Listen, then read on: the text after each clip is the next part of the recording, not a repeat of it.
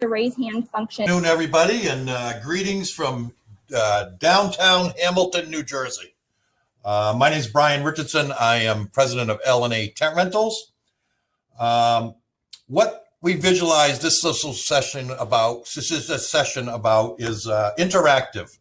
There's a raise your hand function, I believe, on the bottom of your screen because you see something different than I do. And you should be thankful you don't have to look at what I'm looking at on my screen. Before we started, first of all, if you are homeschooling and you have your kids in the room, now might be a good time to send them out for recess, only because sometimes I forget who my audience is and I work a little blue. So now would be a really good time for recess. This, we hope, once again, is going to be interactive session. You can raise your hand and you can weigh in. So the title of this is 2020, What We Learned, but I'm going to change it to the pandemic is soon going to be over. Now what happens? The manufacturers were able to sell a lot of tents directly to restaurants. Smaller and larger rental companies bought a lot of inventory. And I'm wondering what happens in the summer months. Is all that inventory going to flood the market? And is it going to enable more rental companies to jump into the business by being able to purchase less expensive inventory? So that's what I'd like to discuss. If anyone wants to weigh in or raise their hand and has any thoughts on that, the people who have spoken today can automatically come in. Those of you who haven't, my apologies. And also, if you're saying, sorry about that. If you're sending in the general chat on the right-hand side of your screen, you can send in general chat. Those of you who are sending me personal ones right now, this one from Michael in Delaware, I don't think that's physically possible, Michael, but thank you for the input.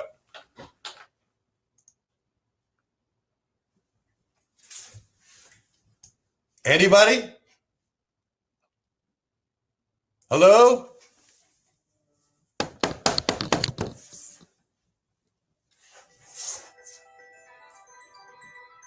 Hi, Scott. Hey, well, we'll just call it and say hi anyway if we can't do anything else.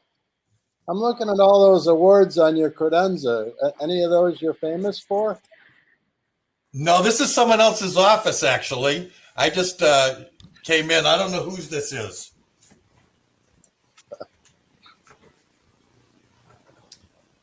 Brian, I'd like to answer your question. I think I answered it to you directly before. But, you know, from a manufacturer's side, I know there's a lot of inventory that's out there, and a lot of rental companies have bought a lot of product. There's a lot of end users that have bought a lot of product in different types of products. I certainly would be interested to hear from the rental guys what they think kind of the move forward is with the excess inventory that they've brought on. But I would say that, you know, those that were out there that were end users that bought inventory, I think that's going to be really hard as a move forward to think that that's all going to come back to the rental industry in some way. Or get dumped back on the market. I really think that those products are going to end up getting used by restaurants, by gyms, and when they expire, or there's going to be clubs that pick up a tent. There's going to be sports teams that pick up a tent because some restaurant didn't need it anymore. But I have a hard time thinking that the enormity of all of that inventory that's gone out there for end user applications is going to come back and end up, you know, being a cheap resource for someone. That's my thought.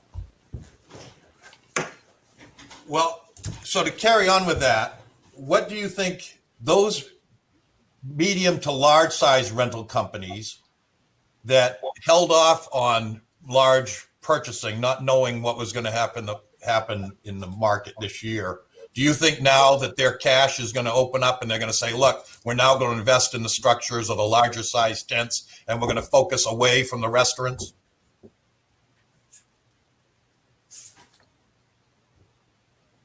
Is that a question to me? Sure. I think there was a trend, and there continues to be a trend that rental companies, as they started to run out of inventory and needed to buy new inventory, that they looked at those opportunities as opportunities to take their business and the products that their company rents to a different level. And I think there were applications where a lot of rental companies put out a lot of older inventory, tired inventory, obsolete inventory, sold some of it in some cases. But as they ran out and they needed to replace, I think a lot of rental stores and rental owners looked at, hey, if I'm going to get this back and I'm going to get someone to pay for it, what product do I want back? Do I want back cheap stuff that doesn't work for me, for my kind of labor saving desires in the future? Or do I, even though it's going to cost me a little bit more money, spend more money and try to help this pandemic and these customers shift kind of the focus of buying in a different direction? So I want to relate what has happened here in our market. We were really fortunate in March. We had some major cancellations in 1 week's time, and I was really scared about what was going to happen. I knew that we were going to be fine to get through the summer, but was worried about the fall. And we just found that a lot of educational institutions came to us looking for ways to run their classes outside. Some universities, some private schools, aside from the restaurant business. So we were very fortunate, much more so than a lot of other companies. So we were pretty excited about where we ended up for the year. And we're not seeing any drop off in what schools are going to be doing coming in the spring here. So we've positioned ourselves in a large part of the private school market here in New Jersey. And we're excited about what's going to come. And I'd like to know other people around the country, opportunities. We all know about the restaurants. We all know about the 30 by 60s and the 20 by 40s. But I'd like to know about from other people around the country on what opportunities they have found to bring in revenue. And if you just raise your hand with any ideas, or I'll vamp for 5 or 6 minutes here.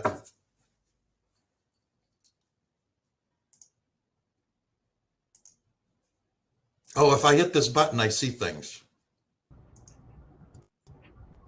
Hi, Jill. Hi, I'm adding Alex to the stage. Other Alex. Alex Renault. Bonjour, monsieur. Bonjour, bonjour. Comment ça va? Très bien, merci. So yeah, I mean, I had to play with that quite a bit this year. Few of the issues that we had to run through were converting equipment for snow load, and then long term, right? So the key for us was, okay, do we bastardize equipment? Meaning, do I take equipment that's dedicated for a certain size and certain application, modify it for the needs that I have, knowing that I can revert it back when things come back to normal? Or do I start sort of creating stuff or building stuff specific for the needs, the requests that were coming in? So a lot of the requests that were coming in for us were smaller sizes. So I would say 30 by 60s, 40 by 60s, those kind of sizes. Long term, again, which it would include snow load. But tried as much as possible to use my inventory in a way where whatever I was doing to it, to change it, to add to it and whatnot, made sense when the season would come back to normal. I did see a lot of end users end up purchasing equipment. Don't know how that's going to work out. A good example for us is a hospital that bought, I would say, about 25 20 by 20s, 15 by 15s, floors, all that included. They didn't want to rent. They figured the pandemic was going to last so long that purchasing was a better investment versus rentals. But since the pandemic's changed quite a bit and the volumes in the hospitals changed the way they were going about things. Now they have a small tent rental company's inventory and they got nothing to do with it. Right. They're coming What's back. going to happen to that, Alex? Where do you foresee all that going? And that's just one hospital. Well, the problem is more so what we're offering to buy them back. So, I sold them used tents at probably retail price, and I'm going to be willing to buy them back at 50% or less than that, maybe. So probably even less, probably like 25% of retail price is what I'd offer to buy them back. Part of the problem with that is the frustration that the client lives through that doesn't understand, well, how come I bought this for $100 3 months ago and you're only willing to give me $25 for them, and you rent them and you tell me they're good for 10 years? Well, the whole point is I don't need that excess inventory. It's used. If I'm going to invest almost full price, I'm just going to buy new stuff. So there is going to be an issue with that, but there's also not that many people that can buy tents, really. So at some point, it's going to be, are tent companies buying that equipment back, or is it going to end up on a fire sale somewhere on Amazon and you just never see it again? Well, you're kind of in a unique position because not only do you manufacture, but you also rent. Yeah. So you have the capabilities of taking that inventory back in and perhaps renting it for a festival. Whereas if you're a manufacturer, you don't have that ability to do that. So you have to put it out there at 30% on the dollar and putting it out there in the market for rental companies to pick up. That's definitely going to be a problem. You add, combine the end users that purchased, all the rental companies that bought excess inventory, and unfortunately the rental companies that are not going to make it through this. That makes for a lot of equipment out there that's going to be dirt cheap. So it is going to be a problem.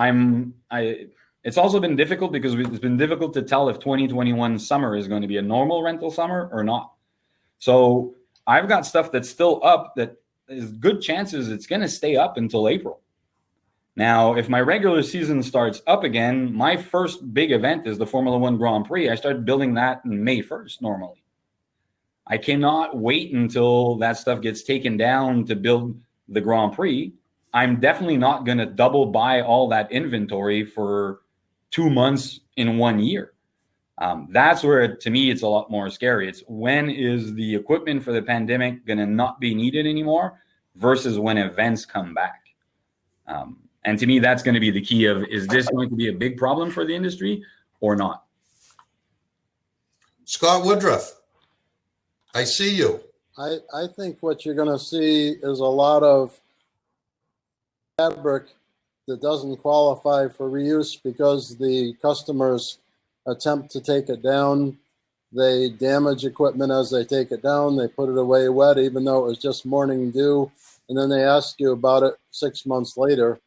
I see a lot of the tents that we sold over the years at Event Central go into basically landfill because they don't know how to sell them. There's no marketing arm out there that wants to buy used tents and try to put them into motion because you don't know what you've got. I mean, you just go to any auction, and if the tents are up, they may get 40 cents on the dollar. If the tents are in a bag, they may get 5 cents on the dollar. When we were changing lines with Event Central years ago, we auctioned off all the oddball lines, and there was some really valuable aluminum we sold, and we got very little for it because it's not a place that people come. Whether it's an auction, there's not a way to channel it back to another end user. Now, I understand Alex's thought as far as how much on a dollar you get back, but if it's anything other than structure, I think you're lucky to. I think that an end user customer would be lucky to get 50 cents on the dollar if it was brand new and it was less than a year old. 25 cents on the dollar if it was brand new and less than a year old, because you still don't know what kind of shape it's in. Who knows if it bellied in the snow, those types of things. Now, the other one is the only person that really might want to buy it back is the person who has the same inventory. Anybody who's starting up new and gets a mix of oddball tents, they're hard. They're going to have a hard time competing with you if they've got 4 different lines of tents. Whereas the older companies are established, typical members of IFAI, for example, I think they're going to have the advantage because they're going to have cleaner, sleeker operations where people are trained to deal with the product that they're always dealing with. Thank you. Well, as someone who has 9 different varieties of tents, I can tell you it is a challenge, Scott, to have that many different brands. Through mergers and acquisitions, and we've ended up with a lot of different manufacturers' products here in New Jersey. But I see Mike Holland has joined the conversation. Mike? Yeah, I was just going to make a couple of comments. Back to where you were about 5 or 10 minutes ago, a lot of people have added sanitation equipment to their inventory and screens and all that good stuff to try to get through this COVID thing. That's another thing. How popular or needed will that be? Maybe you can push it to be needed. And moving forward to the conversation, down here in our area, we don't have a single restaurant tent up. We have school tents up. So we haven't seen as much of this influx of equipment into our, what I'm gonna say is our region. We have seen a couple of people buy tents. Some of the tents they bought that they've asked us to put up, I don't know that I would ever purchase, regardless of how cheap it was. That's just kind of the feel that we get from down here in Chattanooga and maybe in Tennessee, North Georgia, all that kind of area. I don't think we're dealing with it as much as the Northeast or like Chicago area. So, DVB? Hi, everybody. The obvious thing we're seeing from a manufacturer standpoint is the fabric component of it. In that, with these long-term rentals, tents being up 4, 6, 8 months, we're seeing a huge request, more than normal for a winter discount on replacing fabric and walls. And I think that's what you're going to see. There still could certainly be a flood of framing. That's not going to go anywhere. But all these tops and walls are going to have to be replaced. So, that's a good thing from the economy and obviously a good thing from a manufacturer's standpoint.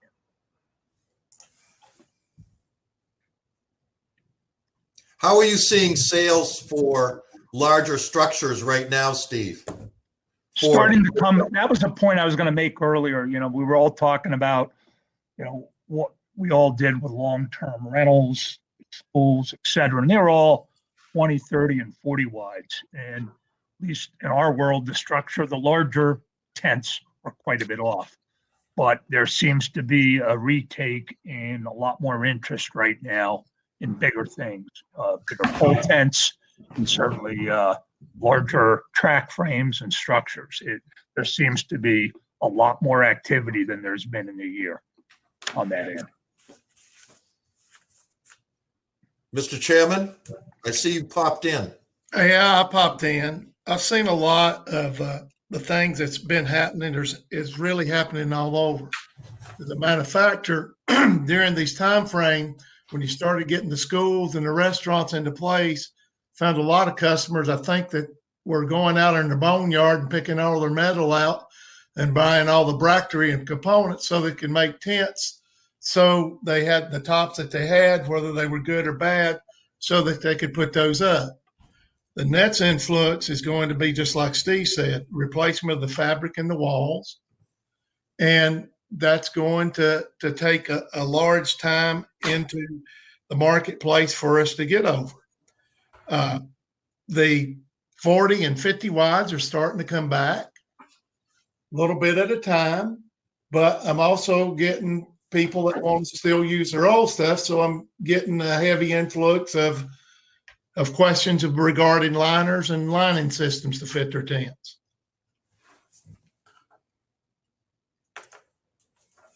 Does anyone else want to weigh in?